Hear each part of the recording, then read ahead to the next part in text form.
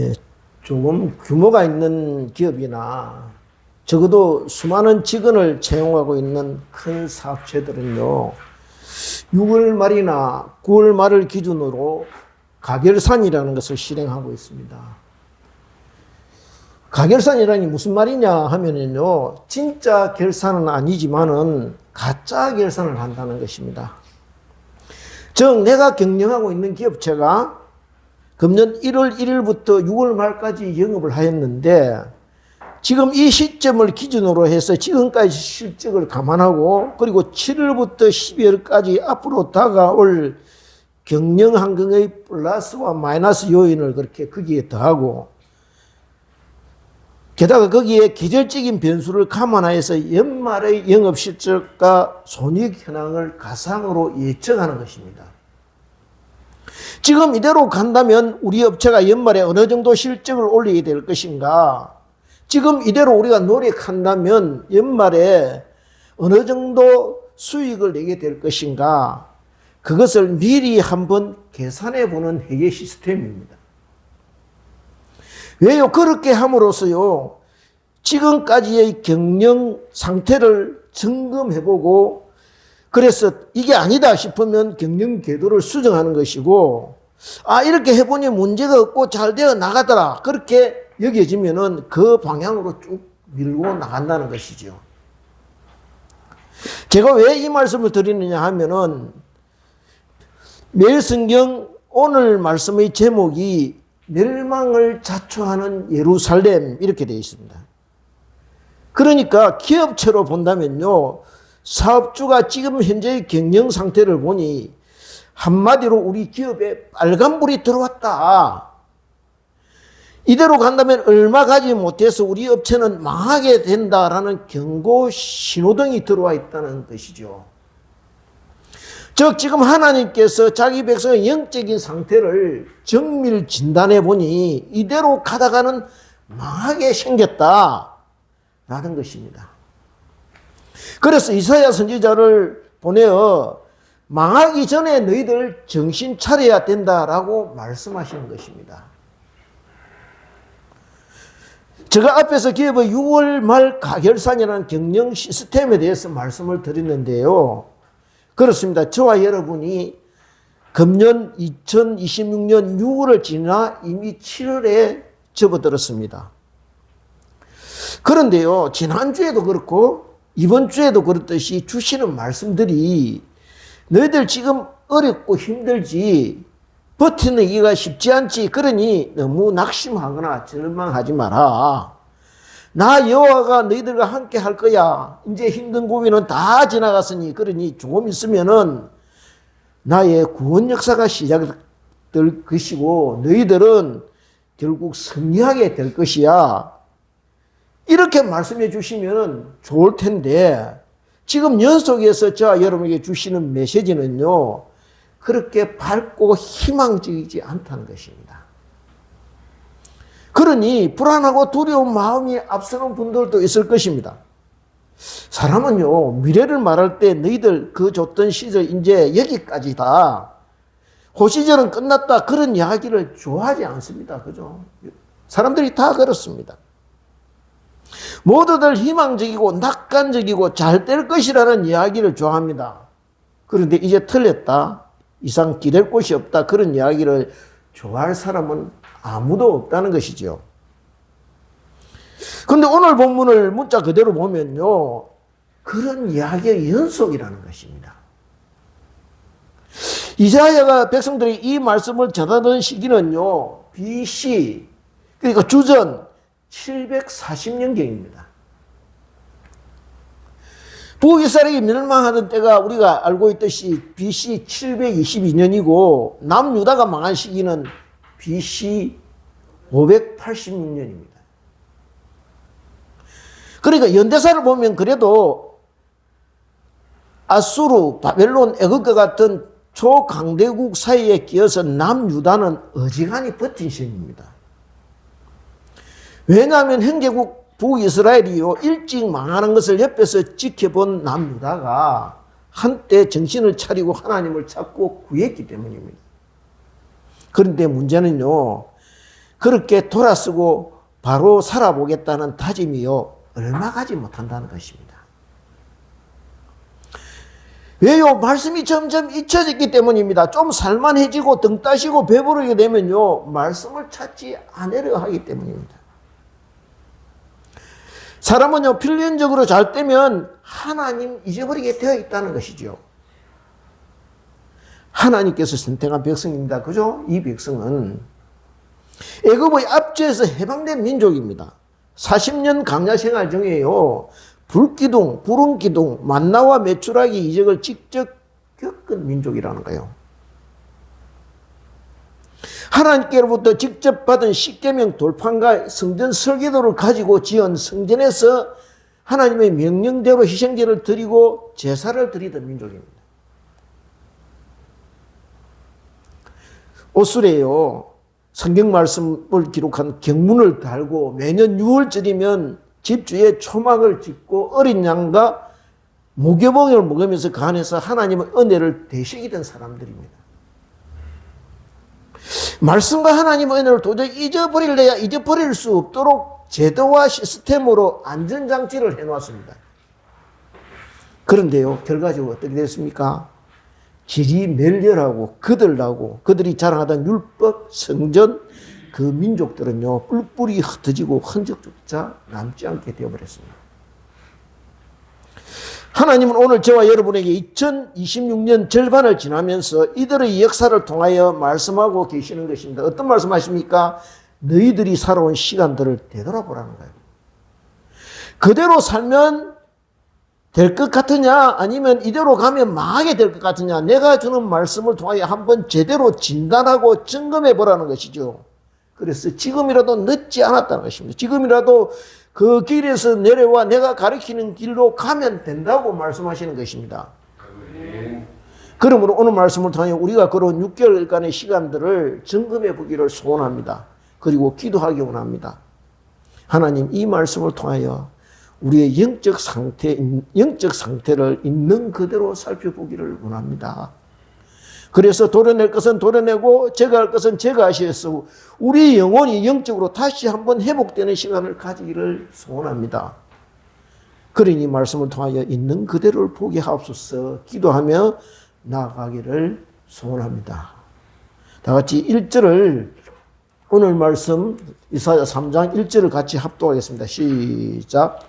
보라, 주 만군의 여호와께서 예루살렘과 유다가 의뢰하며 의지하는 것을 제하여 버리시되 곧 그가 의지하는 모든 양식과 그가 의지하는 모든 물과.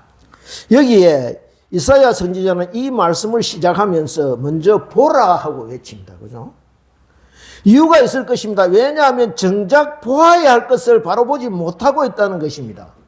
그래서 주의를 환기시키는 것입니다. 즉 정신 똑바로 차리고 보아야 할 것을 바로 보라는 것입니다. 여기에 주 만군의 여호와께서라고 말씀하십니다. 여기에 만군의 여호와께라고 그 주체를 나타내고 있습니다. 성경 기자들이요, 여호와를 나타낼 때 만군의 여호와라고 말할 때는요, 주로 국가의 명운이 깜빡깜빡할 때입니다. 애국의 군대가 쳐들어올 때나 나라가 외적의 침입으로 이탈 지경에 놓일 때 만군의 여호와께서라고 주로 하나님을 호칭하고 있습니다. 즉 여호와는 만군을 통솔을 하시는 하나님이라는 것이죠. 이것은요, 아군뿐만 아니라 적군까지 다 하나님의 손 아래에 있다는 것입니다. 그래서 만군입니다. 그러니 그 하나님 제대로 믿으면 절대 지는 전쟁을 할 수가 없다는 것입니다. 그래서 그 하나님을 제대로 믿고 그 명령에 따르기만 하면 어떤 싸움이든지 백전백승하게 되어 있다는 것이죠. 그래 지금 예루살렘과 유다가 어떻게 하고 있다는 것입니까? 한마디로 그 만군의 여호와가 아니라 모든 양식과 모든 물을 의지하고 있다는 것입니다. 무슨 뜻입니까? 남유다는요, 약소국입니다. 그러다 보니 전쟁의 양상이 공격이 아니라 항상 수성전입니다. 성을 지키는 것입니다. 수성전에서 제일 중요한 것이 무엇입니까? 양식과 물입니다. 예루살렘은 천혜의 요새입니다. 그래서 어느 방향으로 접근하든지요, 높은 구령을 거쳐야 하는데, 서쪽과 남쪽에는 흰놈의 골짜기, 또 동쪽에는요, 감람산과 기드론 골짜기에 위치해 있고, 북쪽에는 중앙산맥이 이렇게 이어져 내려오고 있어서 천혜의 요새를 이루고 있습니다. 그러니요, 수성전을 펼치기에는 안성맞춤인 그런 지리적 이점을 가지고 있습니다. 성을 지키는 데 있어서 제일 중요한 것이 무엇입니까? 양식과 물입니다. 저 굴량미하고요, 마실 물만 넉넉하면 얼마든지 버틸 수 있는 것입니다.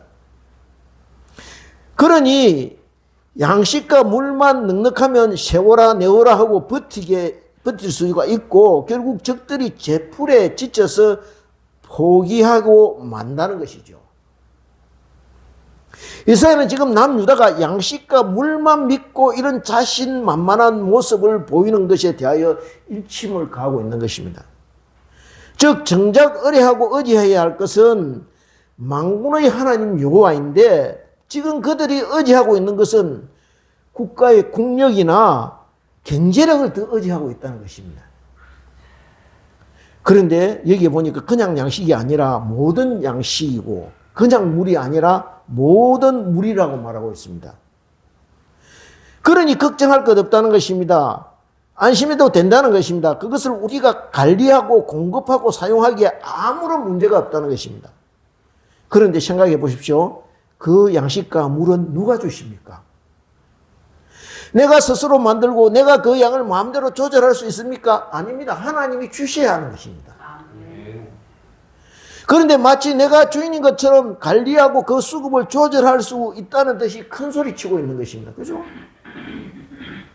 지금 저와 여러분에게 충분히 있다고 그것이 언제까지나 저와 여러분의 수준에 있는 것이 아니라는 것이죠.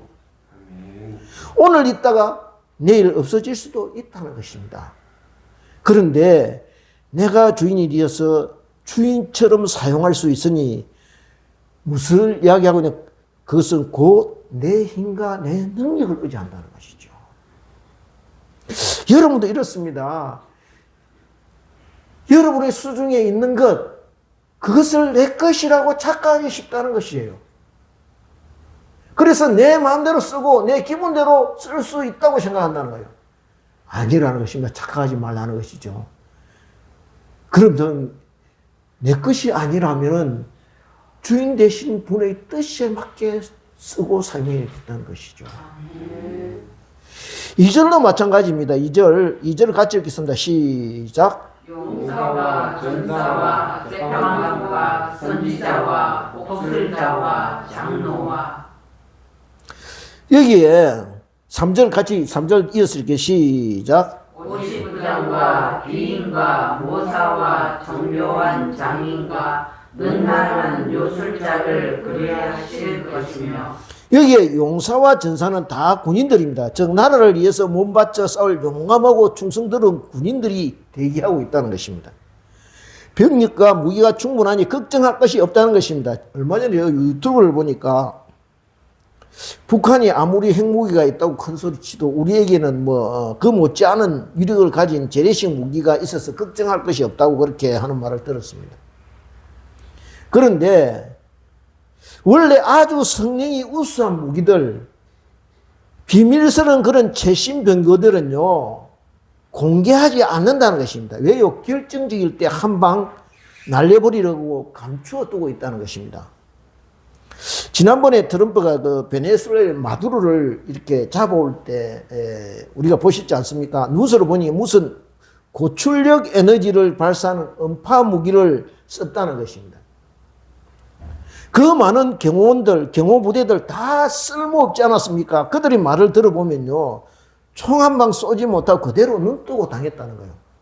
왜요? 갑자기 머리 안쪽이 폭파되는 것 같고, 그 다음에 일부는 각계를 하고 눈과 코에서 피를 흘렸다고 합니다. 그러니까 그대로 쓰러져 버렸다는 거예요.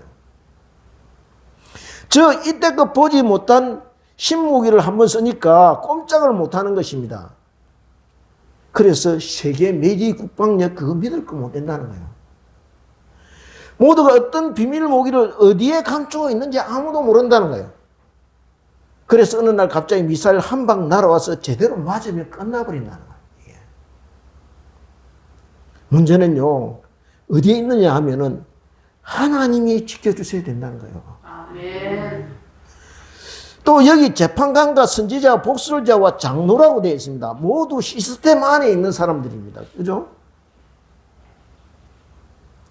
선지자는요, 종교 리더입니다.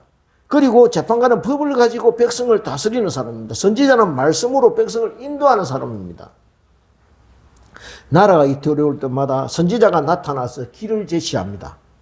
바른 길로 인도합니다. 하나님의 말씀을 외쳐서 잘못된 길로 빠지는 백성을 영적으로 오염된 나라를 바로 잡아서 하나님께 회개하게 하고 바로 세우는 이런 역할을 합니다. 그런데 이런 위기에서 앞으로 어떤 일이 벌어질지 모르는 안개 같은 위기 상황에서 재판관과 선지자를 하나님께서 다 없애버리겠다고 그렇게 말씀하고 있습니다. 무슨 말씀입니까? 그 이유는요, 백성들을 바른 길로 인도하는 것이 아니라 잘못된 길, 나락으로 인도하고 있기 때문입니다. 소경이 송을 인도하는 그런 일이 벌어지고 있다는 것이죠. 바른 재판을 해서 이 사회를 밝고 건강한 사회, 정직하고 공의로운 사회를 만드는 것이 아니라 뇌물을 받고 재판을 굽어지게 해서 이 사회를 거짓된 사회, 오염된 사회로 끌고 가고 있다는 것입니다. 3절을 보면요, 50부장과 기인과 모사와 정교한 장인과 능란한 요술자를 그리하실 것이며 무슨 말입니까? 이들은 다 그 사회를 떠받치고 있는 중간 허리층입니다. 이들이 무너지면 사회가 무너지는 것입니다. 여기에 기인과 모사라고 되어 있는데요, 기인은 사회적으로 인정을 받는 신분이 높은 사람을 말합니다. 모사는요, 영어를 제가 찾아보니까 이 모사가 무엇을 이야기하는 것인지 찾아보니까 카운슬러라고 해요. 상담자라는 것입니다. 그죠? 그런데 좋은 상담자겠습니까?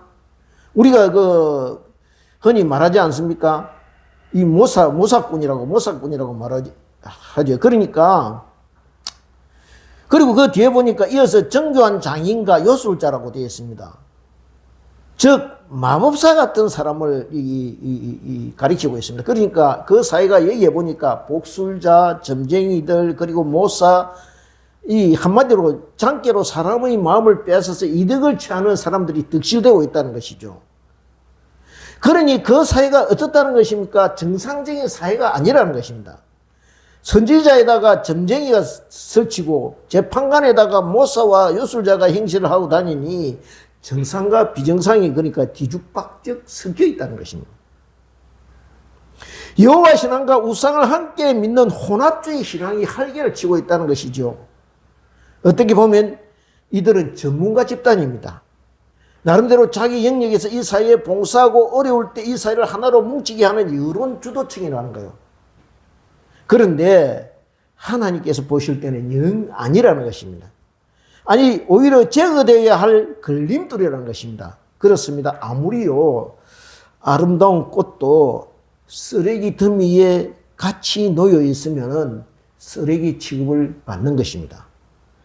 그래서 주위를 둘러보며 부지런히 불결한 것, 더러운 것들을 가려내고 솎아내어서 꽃이 꽃다워지고 나무가 나무다워지게 해야 된다는 것이죠. 하나님 백성이 이방 백성과 같이 섞여 있을 때 그것은요, 제거되어야 할 대상이라는 거예요. 또한 저와 여러분이 하나님께서 맡긴 일을 제대로 감당하지 않을 때 그것은요, 하늘나라를 위하여 제거되어야 할 걸림돌이 된다는 것을 말씀하고 있습니다. 있으나만한 정도가 아니라 제거되어야 할 대상이라는 것입니다. 이름만 가지고 있어서는 안 된다는 것이죠. 어려울 때 이처럼 사회가 갈팡질팡 앞을 분간하지 못하고 헤매게 있을 때 자기 위치에서 제 역할을 감당하는 등불, 즉 하나님이 저와 여러분을 지팡이와 막대기로 다스리는 목자 되심을 알리는 그런 등불이 되어야 한다는 것입니다. 아멘. 세상 의지할 것 아니라 살아계신 만군의 여호와께 나와야 된다는 것을 알리는 등대가 되어야 한다는 것입니다. 아멘. 정 만군의 하나님만이 우리를 지키시고 보호해 주십니다라고 외치는 강야의 소리가 되어야 된다는 것입니다. 아멘. 그렇게 할 때 어떻게 됩니까? 저와 여러분이 주어진 역할을 온전히 감당할 때 이 하나님이 우리를 보시고 기이 보시고 회복의 길을 열어주신다는 거예요. 어디 저 멀리 다른 데 가서 다른 나라에 가서 그렇게 말하는 것이 다른 나라를 말하는 것이 아닙니다. 가까이 있는 우리 자녀들부터 저와 여러분이 그렇게 진심으로 만군의 하나님을 알려야 된다는 것이죠. 가까이 있는 이웃에게 그렇게 예수 그리스도의 사랑을 알려주자는 것입니다. 그렇습니다. 하나님께서는 저와 여러분에게 우리가 감당할 일들을 남겨두시고 어떻게 우리가 하고 있는지 지켜보고 계신다는 것이죠. 그것을 여기에 우리에게 말씀하고 계시는 것입니다. 다 같이 4절을 합독하겠습니다. 4절 시작. 그가 또 소년들을 그들의 보관으로 삼으시며 아이들이 그들을 다스리게 하시니. 무슨 말씀입니까? 여기에 정작 일들을 맡겨서 백성을 다스리게 하신 자들이 제대로 일하지 않고 자기 욕심 챙기고 나태하니 하나님께서 썰어버리시고 그 다음 어떻게 하시겠다는 것입니까? 그 자리에 소년들을 앉히겠다는 것입니다. 소년들을 재판관 자리에 앉히면 어떻게 되겠습니까? 한마디로 재판이 엉망이 되겠죠. 사법체계가 와르르 무너지게 되겠지요. 한 나라를 지켜주는 최종보루인 사법체계가 무너지면 나라가 어떻게 되겠습니까? 나라 꼴이 말이 아니게 될 것입니다. 히틀러가 집권한 나치가 그랬습니다. 마음대로 어떻게 했습니까? 법을 받고 입맛에 따라 법을 만들었습니다. 그러니 나라가 견디나겠습니까? 다 같이 망하는 길로 가게 되는 것입니다. 여기에 소년들은요, 그냥 나이가 적은 사람을 뜻하는 것이 아닙니다. 한마디로요, 사회 경험이 부족하고 역량이 모자란 사람, 즉 감이 안 되는 사람을 뜻하고 있습니다. 그렇게 능력이 안 되는 사람을 그 자리에 갖다 놓으니 정작 해야 할 일은 안 하고 안 해야 될 짓을 한다는 것이죠.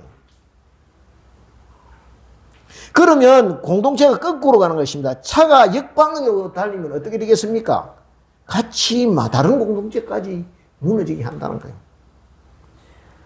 나이가 어리면요, 통찰력이 부족합니다. 세상 물정을 모릅니다. 그죠? 하는 짓이 모두 어설픕니다. 통찰력이 부족하니요, 어떻게 됩니까? 황금알을 낳는 그의 배를 가르는 것입니다. 지금 한국의 반도체가 황금알을 낳는 거입니다. 그죠? 그러니 그 황금알을 낳는 그의 반도체 기업의 배를요, 이리저리 갈라서 나누리 하는 것입니다. 그뿐 아닙니다. 탈영한 방위 출신이 군의 수장이 되는 것입니다. 그죠? 그러니 보지 않아도 미래가 뻔한 것입니다. 이것은. 경험이 없어서 실수를 저지르면요, 어른들의 지혜를 듣고 배우면 될 것입니다. 그런데요, 문제는요, 여기 소년들이라고 그랬습니다. 중2쯤 되면요, 자기가 서투르고 경험 부족한다는 것을 인정하지 않습니다. 무조건 저지르고 본다는 것이죠. 그래서 미래가 더 암울하고 불안하다는 것이죠. 5절을 같이 합독하겠습니다. 5절 같이 읽겠습니다. 시작. 백성이 서로 학대하며 각기 이웃을 잔해하며 아이가 노인에게 비천한 자가 존귀한 자에게 교만할 것이며. 무슨 뜻입니까? 진정 존경받고 높임받아야 할 사람이요, 천대받고 무시당하고 홀대를 당하고 사회적 지탄을 받아야 마땅할 인물이 도리 존귀히 여김을 받고 영광을 누리게 된다는 것입니다. 정상적인 사회 상식이 통하는 세상이 아니라는 것입니다. 질서가 무너지고 도덕성이 땅에 떨어지고 법과 윤리가 바닥에 내동댕이 쳐져서 사람들의 발길에 채이는 지경에 이르게 된 현실을 말해주고 있습니다. 여러분, 이런 사회를 정상사회라 할 수 있겠습니까?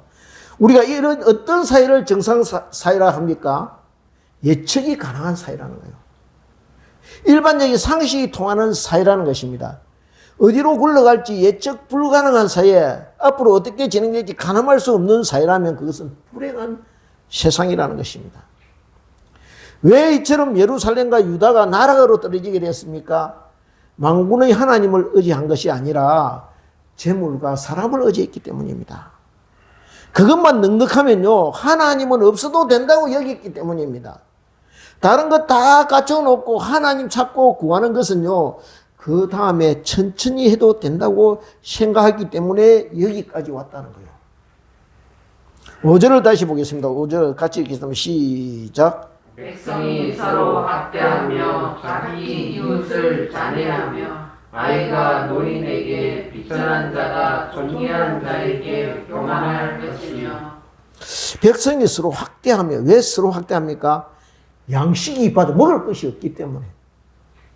점점 내 몫이 줄어들고 있기 때문에 서로가 서로에게 짐이 되기 때문입니다. 상대방이 없어져야 어떻게 해요?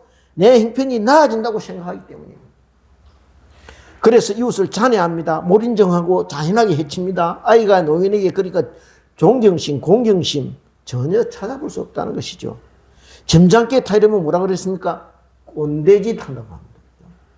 그런 지경에 이르렀다. 오늘날 우리 현상과 우리 사회 현상은 완전 완벽하게 그대로 일치하고 있습니다. 6절을 같이 합독하겠습니다. 시작. 혹시 사람이 자기 아버지 집에서 자기의 형제를 붙잡고 말하기를 내게는 겉옷이 있으니 너는 우리의 통치자가 되어 이 폐허를 내 손 아래에 두라 할 것이며. 무슨 말입니까? 여기에 내게는 겉옷이 있으니 그 당시 겉옷은요 신부를 나타냅니다. 그러니까 사람들이 어쩌다 같이 모였는데 모두 의견이 분분하고 중구난방입니다. 상황은 암울한데 서로 이러면 좋겠다 저러면 되겠다 하고 의견은 내놓는데 목소리만 클 뿐이지 의견 일치가 안 되는 것입니다. 그런데 모인 사람 중에 한 사람을 보니 과거에 간직이나 공동체 리더를 맡은 이력을 가진 사람이 있다는 것입니다. 그래서 모두 당신이 책임자다. 우리의 리더가 되어달라. 당신이 맡아서 이 난국을 좀 관리해달라. 주면 좋겠다. 이렇게 요청하지만은 7절에 보니 그가 어떻게 한다는 것입니까? 7절을 같이 합독하겠습니다. 시작. 그날에 그가 소리를 높여 이르기를 나는 고치는 자가 되지 아니하겠노라. 내 집에는 양식도 없고 의복도 없으니 너희는 나를 백성의 통치자로 삼지 말라 하니라. 나는 이 상황을 개선할 힘이 없다. 능력이 없다. 7절 후반절 내 집에는 양식도 없고 의복도 없으니 라고 말합니다. 무슨 소리입니까? 지금 내 인생도 다 거들나 버렸는데 내가 누구를 고치겠다고 나서겠느냐. 나는 못한다. 이렇게 말하고 있는 것입니다. 처음 1절에서 뭐라고 그러겠습니까? 그들이 의지하는 양식과 그가 의지하는 모든 무리라고 되어 있습니다. 그죠? 그런데 지금 어떻게 되어 있다는 것입니까? 결과적으로 모두가 그래도 리더가 될 만한 그 사람 집에는 물이 있고 양식이 좀 있을 것이다 라고 생각했는데 뭐라는 것입니까? 그 집에는 그렇게 여기고 그렇게 예측했는데 그 집조차도 정상적인 생활을 할 수 없을 만큼 모든 것이 거들나버렸다는 것입니다. 그러면 왜 이처럼 남유다가 총체적 난국에 빠지게 되었습니까? 다 같이 8절을 합독하겠습니다. 시작. 예루살렘이 멸망하였고 유다가 흩어졌으면 그들의 언어와 행위가 여호와를 거역하여 그의 영광의 눈을 범하였습니다. 왜 망했겠습니까? 왜? 다 같이 이사야 1장 10절부터 13절 966페이지를 같이 보겠습니다. 이사야 1장 10절부터 13절 말씀을 같이 합독하겠습니다. 천천히 같이 읽겠습니다. 찾았으면 같이 읽겠습니다. 시작. 너희 소돔의 가문들아 여호와의 말씀을 들을지어다. 너희 고모라의 백성아 우리 하나님의 법에 귀를 기울일지어다. 여호와께서 말씀하시되 너희의 무수한 재물이 내게 무엇이 유익하뇨? 나는 수양의 번제와 살찐 짐승의 기름에 배불렀고 나는 수송아지나 어린 양이나 수종소의 피를 기뻐하지 아니하노라. 너희가 내 앞에 보이러 오니 이것을 누가 너희에게 요구하였느냐? 내 마당만 밟을 뿐이니라. 헛된 재물을 다시 가져오지 말라. 분양은 내가 가증히 여기는 바요. 월삭과 안식일과 대회로 모이는 것도 그러하니 성령과 아울러 악을 행하는 것을 내가 견디지 못하겠노라. 무슨 말씀입니까? 내게 보이려 오지 말라는 것입니다. 그죠? 눈도장 찍으려고 내한테 오지 말라는 것이죠. 여기에 보니 이 사람들이요, 예배를 그런 것이 아닙니다. 꼬박꼬박 예배를 드렸습니다. 시간 날 때마다 헌금하는 것을 빼먹지 않았습니다. 그런데 그것이요, 겉모습뿐이었다는 것이죠. 즉 형식적인 종교 행위 말고 참 예배를 드리라는 것입니다. 다른 말씀이 아니라 예배자다운 삶을 살아라 하고 말씀하시는 것입니다. 그래서 이사야 선지자는 1장 다 같이 1장 22절 23절을 같이 합독하겠습니다. 1장 22절 23 시작. 내 은은 찌꺼기가 되었고 내 포도주에는 물이 섞였도다. 내 고관들은 배역하여 도둑과 착하며 다 뇌물을 사랑하며 예물을 구하며 부활을 위하여 신원하지 아니하며 가구의 송사를 수리하지 아니하는도다. 이렇게 내 은은 찌꺼기가 되었고 내 포도주 물이 섞였다고 이렇게 하면 혼합주의를 나무랍니다. 여호와 유일신앙이 아니라 우상을 같이 섬기는 혼합주의를 꾸짖고 있는 것입니다. 23절을 같이 23절 우리 앞에 내 고관들은 패역하여 도둑과 짝하며 다 뇌물을 사랑하며 예물을 구하며 고관을 위하여 신원하지 아니하며 가보의 송사를 수리하지. 하나님의 공의를 이렇게 잊어버리고 있다는 것입니다. 그죠? 그저 내 몸, 내 새끼 이것만 챙긴다는 거예요. 그죠? 여기에 3장 8절에 보면요. 그들의 행위가 여호와를 거역하며 그의 영광의 눈을 범하였습니다 하고 고발합니다. 무슨 말입니까? 거룩하신 하나님이 지켜보는 가운데 이런 짓을 스습지 않고 버젓이 행하고 있다는 것입니다. 즉 이것은 살아계신 하나님을 모독하는 행위라는 것입니다. 말로는 하나님을 경배합니다. 하나님 영광 받으소서라고 외치면서요. 하나님이 미워하시는 짓만 골라서 행하고 있으니 그것은 하나님을 인정하지 않는 행동이라는 것입니다. 다 같이 고린도전서 3장 16절 17절을 보겠습니다. 우리 신약성경 266페이지 신약성경 266페이지입니다.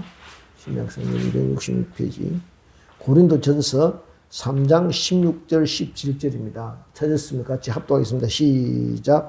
너희는 너희가 하나님의 성전인 것과 하나님의 성령이 너희 안에 계시는 것을 알지 못하느냐.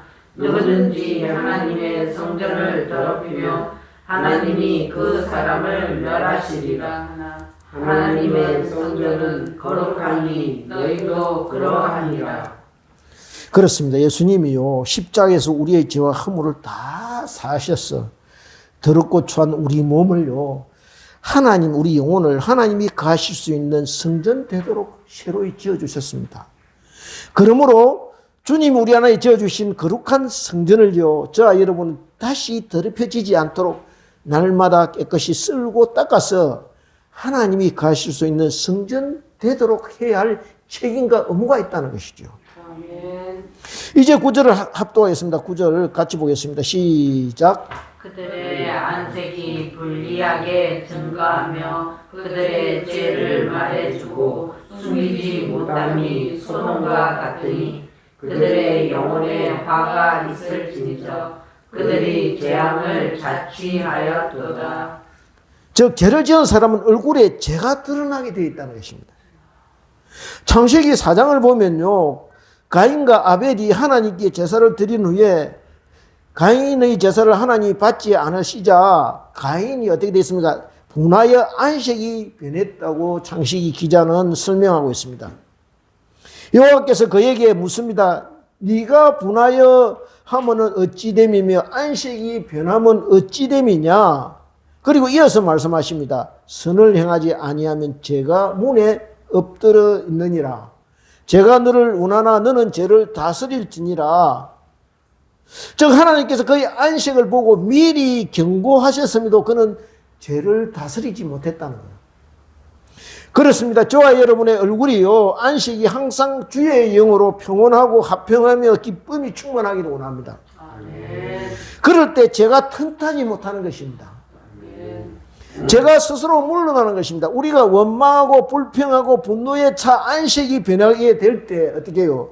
제가 틈타서 우리를 넘어뜨리는 것입니다.